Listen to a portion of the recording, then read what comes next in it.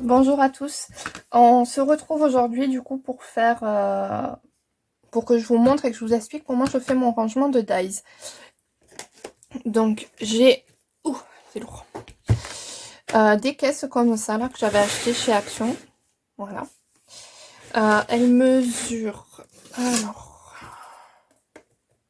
en extérieur 20,3 et en intérieur 18,7 et en longueur elles font presque 30,5 et en intérieur elles font 28,5. Voilà, donc j'en ai deux comme ça qui sont rangés. Alors, vous voyez pas du coup. Il faudra que vraiment je vous fasse un scrap room tour quand j'aurai fini de ranger parce que là c'est Bagdad. C'est le bordel. C'est catastrophique. Mais du coup, à côté de moi, là, j'ai un petit meuble à tiroir, une commode que j'avais dans mon ancien appartement. Et du coup, ces caisses sont posées dessus. Voilà, donc j'ai fait des intercalaires et je range dedans, hop, mes plaques aimantées, voilà, que je commande sur AliExpress ou sur Temu, ça dépend là où je trouve le moins cher. Voilà, et des pochettes à scratch. Alors, on va pousser, hop, la petite caisse. Du coup, je fais des intercalaires, je vous montrerai, oula, pardon, avec le reflet, dans une prochaine vidéo, comment je fais ces intercalaires, voilà, comment je les prépare, comment je fais mes étiquettes, comment je les colle, avec les dimensions. Et aujourd'hui, je vais vous montrer comment je fais mes petites pochettes, mes petits rangements, parce que si on prend juste, hop, voilà, la plaque aimantée, bien sûr je l'ai mise à l'envers, c'est pour ça que ça tient pas. Mais du coup, c'est ultra souple. Voilà. Et du coup, quand on... Ça va, c'est des grandes dies. Mais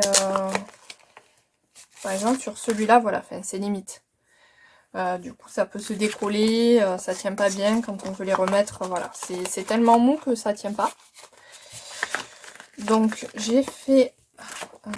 Alors, que je le remonte. Vous montrer sur une qui est terminée.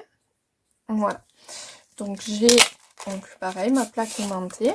Mais là, vous voyez, elle est quand même... Bon, à part si on prend dans le coin, mais sinon, elle est assez rigide. Je viens coller, en fait, du carton. C'est de la carton de récup. Voilà, et quand soit j'ai pas l'inspiration ou que je fais des découpages, mais j'en fais une de plus, que je viens coller derrière. Voilà, comme ça je sais la forme que quand mes étiquettes. Là par exemple c'est des étiquettes, mais je me suis accrochée en rangeant. Voilà. Donc là par exemple j'ai des étiquettes.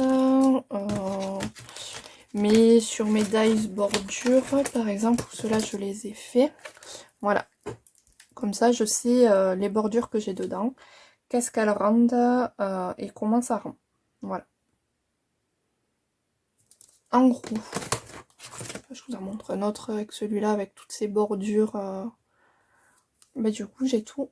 Voilà. Donc, je vais vous montrer un peu plus près. Voilà, là, on voit du coup les différences de toutes les matrices. Pareil, j'ai celui-là. Alors là, j'ai pas détaché. Alors, ça se voit pas très bien à la caméra, mais en réel, c'est beaucoup plus net.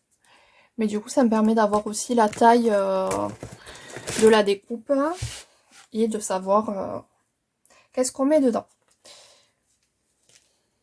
Alors, du coup, donc là, j'en ai une voilà, feuille aimantée que j'ai de chez... celle-là, je crois que c'est... Les dernières, je crois que c'est AliExpress que j'avais commandé. J'avais fait une grosse commande en début d'année, ou vers le mois de mai, je sais plus. Je crois qu'il y avait une vidéo sur ma chaîne de ma commande. Mais voilà, je sais que je les commande par lot de 30 ou 50. Comme ça, je fais une commande et une fois par an. Et voir là maintenant, peut-être plus parce que il m'en reste encore et j'ai quasiment rangé tous mes dies. Alors du coup, on va prendre donc notre feuille aimantée. j'ai dans une pochette, voilà, comme ça, tous les cartons que je récupère. Donc ça peut être des cartons de boîtes de céréales. Là, c'est du Action. C'est les cartons de vêtements de chez Action. Il y a aussi... hop là.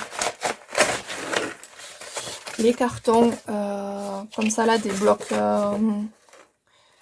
A4 noir blanc craft, où je garde en fait le craft, parce qu'il est assez épais. Voilà, donc je garde... celles-là, voilà, sont déjà découpées, mais en gros, toutes les chutes, c'était dans des cartons d'emballage. Ça, c'est les couvertures de blocs A5 qui datent en plus. Ils sont pas tout récents, ceux-là. Voilà. Et c'est là-dedans que je viens du coup faire mes découpes pour mes feuilles. On aura aussi besoin, hop, j'ouvre mon petit tiroir, de scotch double face. Je le fais avec le scotch moquette parce que je trouve que c'est celui qui tient le mieux et que c'est le plus facile à faire. Voilà. Donc je prends toujours le côté, je vérifie avec un dies parce que ça m'est déjà arrivé de faire, j'ai failli faire une bêtise, donc de coller à l'envers. Donc je vérifie quel côté, bon, dans la logique, ce côté est tout doux et celui-ci est un peu plus rugueux. Et normalement c'est le côté rugueux qui aimante. Voilà. Parce que le côté, hop, pardon, côté tout doux, si je pose dessus, voilà, ça ne tient pas. En avant. Alors comment je fais? Je pose tout simplement ma feuille. Alors, des fois j'essaye de me mettre dans les alignements comme ça. Je récupère ou non le carton. Je prends un stylo fin ou si vous avez un grand papier style Critérium ou bien appointé. Je trace, hop, tout autour. Et je prends mes grands ciseaux. Et je découpe en suivant le trait, tout simplement. Et voilà. Alors maintenant je viens mettre le double face.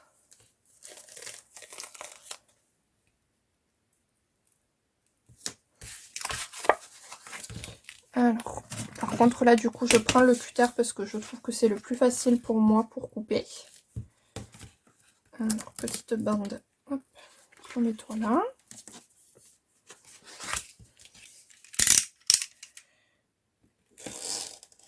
Hop, on coupera et c'est coupé.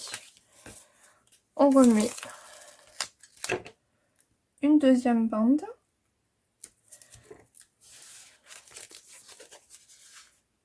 Et hop. Alors toi, je vais te mettre, hop, mets-toi là, sur la lampe.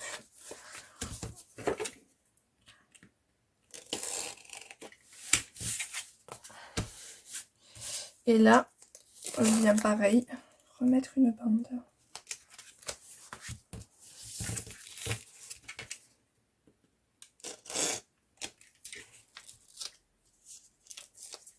Et je coupe le surplus.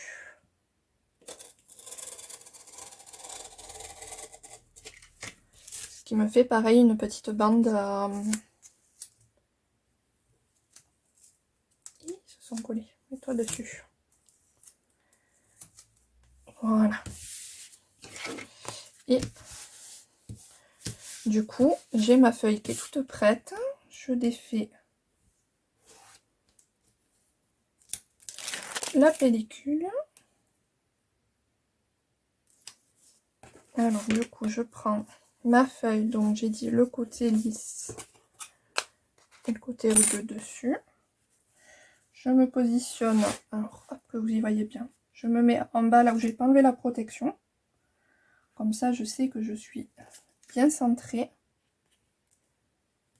Et je pose. Une fois que c'est collé, c'est collé.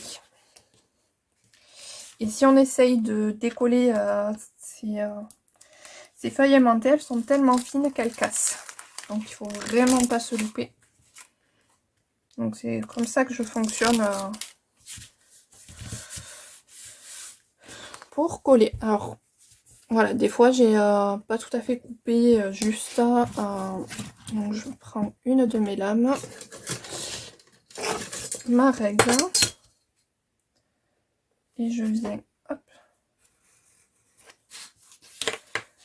enlever voilà, les petits surplus que je pourrais avoir. Parce que j'ai pas tout à fait coupé correctement. Hop.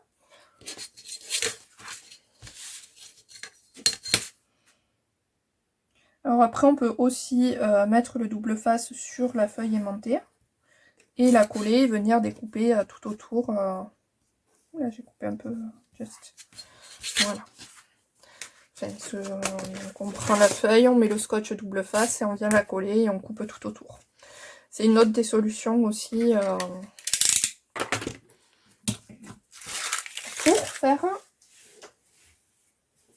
pour rendre plus solide, voilà, nos feuilles qui du coup, voilà, on maintiennent. Alors que si je prends celle-là, voilà, la différence. Avec le renfort et sans le renfort. Hop, du coup, je mets mes petits dies dessus. Je range dans ma petite pochette. Hop, et il n'y aura plus qu'à le mettre dans la boîte. Alors celui-là, je peux le ranger parce que je l'ai déjà fait, l'étiquette nœud. Alors, c'est rangé par ordre alphabétique. Normalement.